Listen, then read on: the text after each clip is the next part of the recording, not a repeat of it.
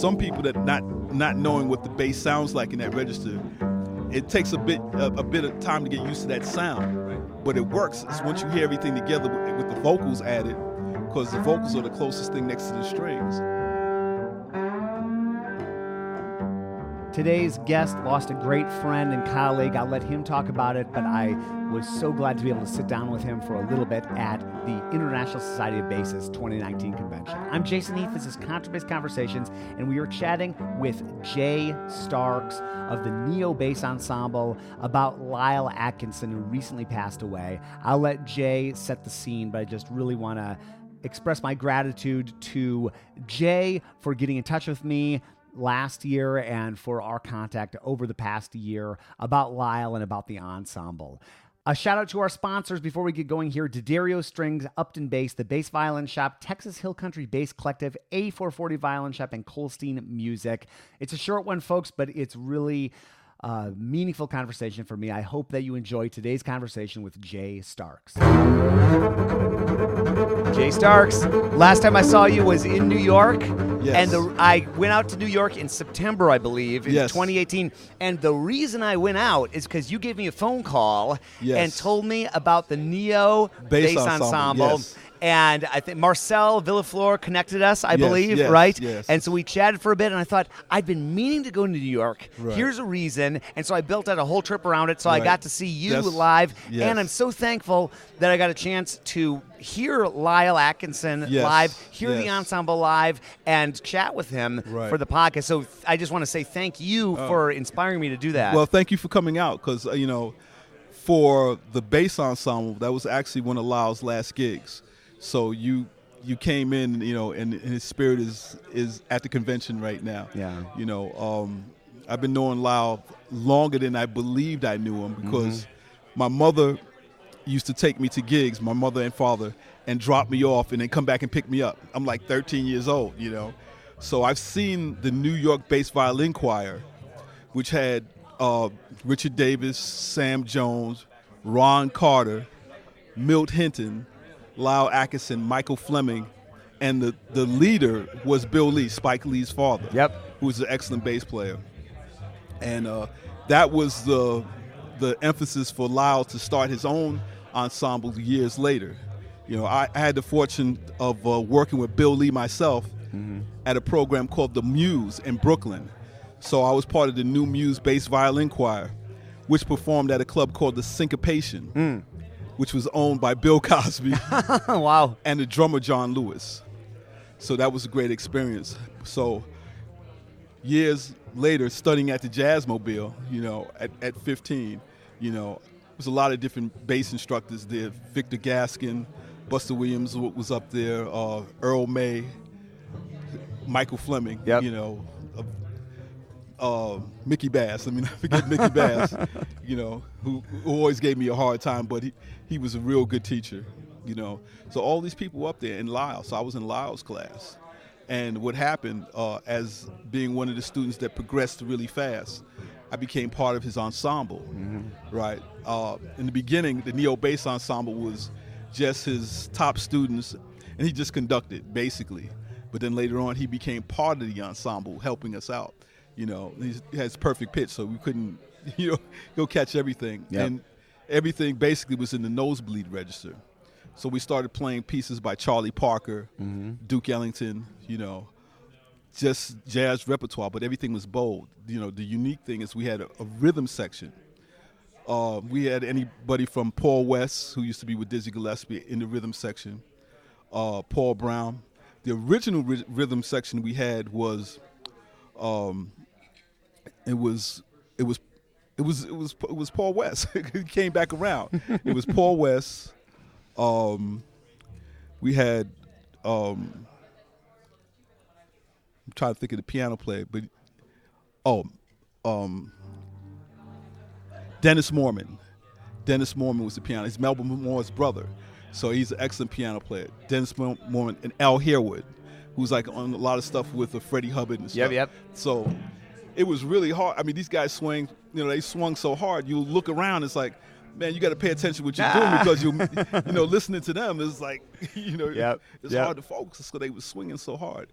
But it was a good experience. And Lyle's whole thing about putting together this ensemble is like, why do we always have to be in the background? You know, why can't we be in front like horns? Mm-hmm. So it was like a big, like you had mentioned, like it's like a big band concept. Yep.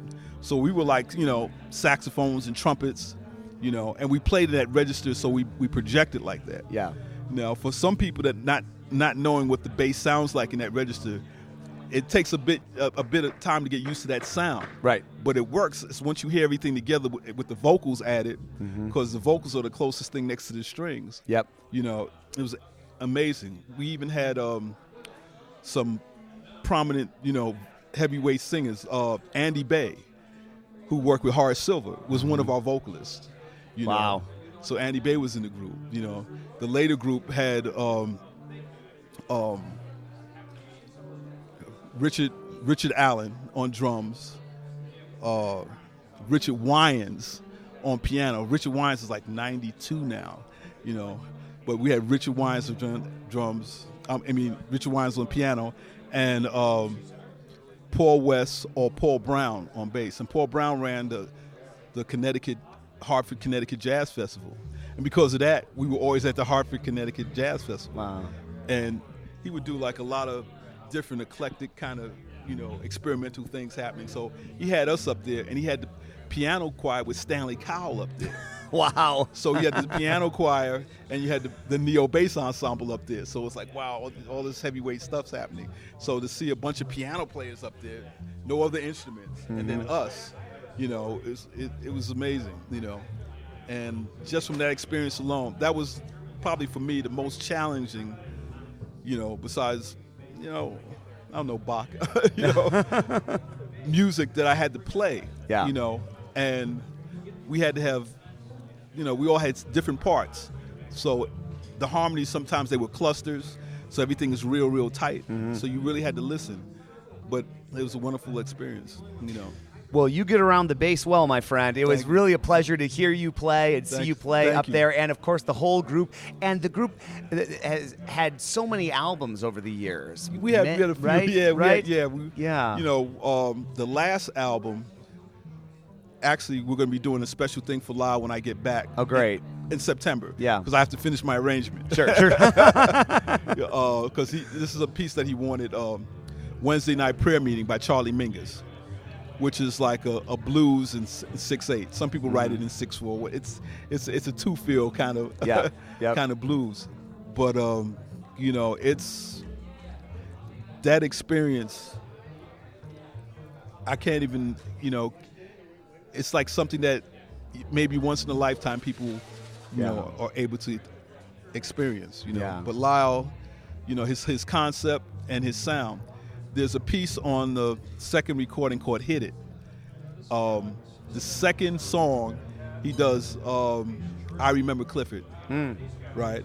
And it's amazing. That's Benny Golson, Benny Golson piece. Yeah. And, we're backing him up, but the sonorities and the different colors.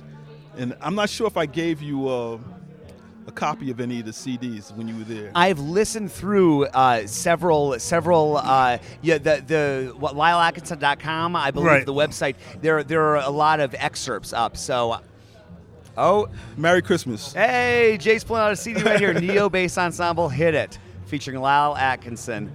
Awesome. I Remember Clifford. There it is. Yeah. I will be listening to this. Yeah. Thank you so much. If you can play it one more time whenever you get a minute. I will absolutely do that. I will absolutely do that. That's the cut. And, and that in memory of Lisle, I think that kind of shows you what, he was about and, the range of his virtuosity.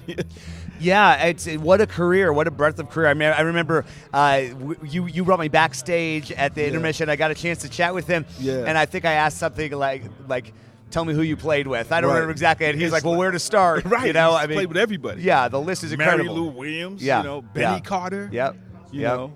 Betty Carter. Uh-huh. He was like the original cat with Nina Simone. Yeah. On the Four Women, Mississippi Goddamn, and all those kind of tunes. So, he had an illustrious career. Yeah. And he played a lot behind vocalists. And I don't know how he wound up in the vocal. That's interesting, isn't it? Yeah, he played a lot behind vocalists. But even with Bill Lee's group, Richard Davis had all the really high parts, but Lisle was like right on his back, you know. Yep. So Lisle had the parts right underneath Richard. But he developed a way of playing in the upper register, which I'd never seen before. You know, he had a whole concept up and over once, up and over twice. You have to work with him to know what he's talking about when he says up and over once, up and over twice, because sometimes there's no fingerboard. Yep. Yeah, that's true, right? You lose it once you get to a certain point, depending on the bass, especially. Yeah. So you have to know how to get to those notes without a fingerboard. Yeah. Which is like another. It's challenging. Yeah. And it's those close harmonies too. Yeah, you know, that's not an easy task. Yeah. But I mean, if anything, he taught me how to play the bass. Yeah. You know, more than I already knew. Yeah. You know, I thought I could already play the bass, but I found out that it was like so much more, and it's still, you know. Coming to this venue, I see that it's a lot more because you have phenomenal bass players here. Yeah, you know. But he's got this connect. I mean, all these people he's played. I mean, you're going back to like the beginning of bebop with Lisle. You're going through those years, all those, and So it was really he is missed. He will be missed. Yes. And he was and you gave me a call when he passed away, and we chatted for a few minutes. And I remember thinking, we got to do a tribute. Yes, definitely. Somehow, but.